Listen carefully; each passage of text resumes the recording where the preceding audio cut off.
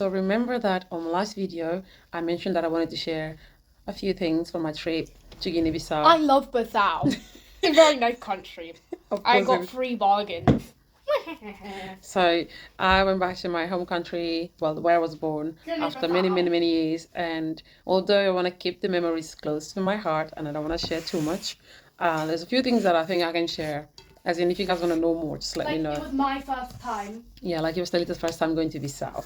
So that and many other things that I can share. So if you want to know any more, let me know. But for this one specifically, let me fill you in, because tell me why. Let me take this because I can see everything.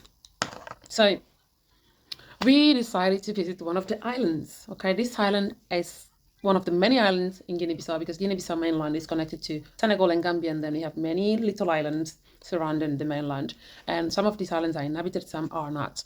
And this island is very small. There's not even 500 people in this island. So the main part, which is the port, when you get there, it's maybe where most people are located in, and then you got the rest of the island, which is huge. You'd look at, like, go in the car for kilometers before you find a couple of houses, and then another, I don't know how many miles, and another couple of houses. So obviously there's not many people in the island, but the island is beautiful. Colonial houses, because Portuguese used to be there mainly, because it was considered the capital, and then they left, and these houses are just abandoned there. Very beautiful houses. So we were staying in a hotel, which to me at first, to start with, I didn't think much of it, but when I look back, this hotel was hero. Because tell me why, after we did everything we wanted to do, we went to the sea, the kids had so much fun, blah blah blah blah, yada yada yada. We take a shower and go to bed, and then suddenly around 3 a.m.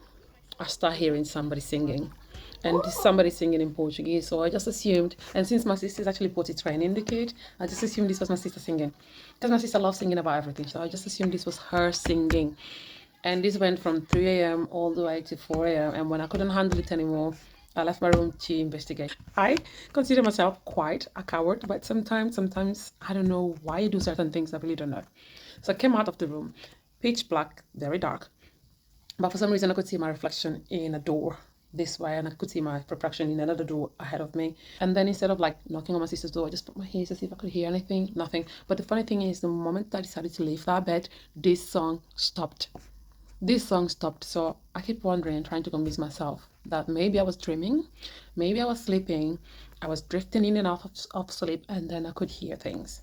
But I grew up in Guinea-Bissau, so living there back then in my great-grandmother's house, I've seen things and I've heard things, so I wouldn't be surprised. But I couldn't hear anything, so I went back to my room again, saw myself in those two doors, and just went back to bed. Didn't think much of it, and went to sleep. And then in the morning, and when we were leaving, I asked my sister, "Why were you singing 'Baby' beat on himself in Portuguese for an hour?"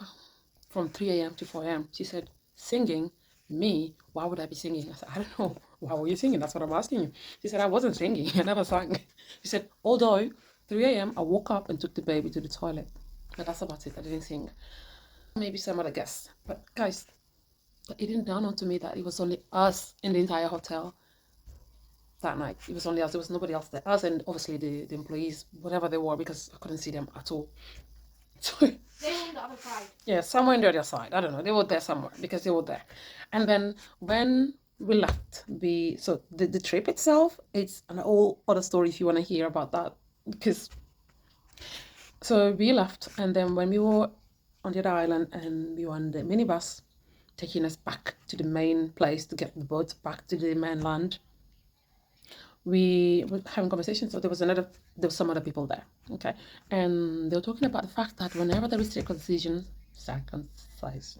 ceremony going on the island, which again, circumcisions in Guinea-Bissau is a whole different level, guys. Anyway, sorry for another time. And they were saying that whenever those happen in that island, very strange things happen.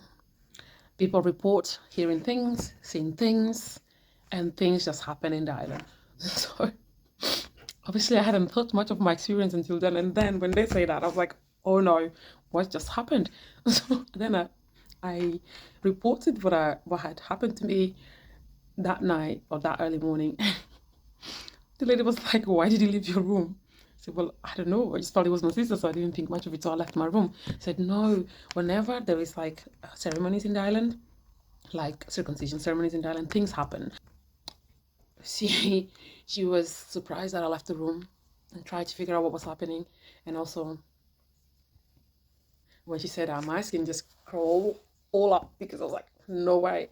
Are you serious? He said, yes, 100% serious. You shouldn't have left that room.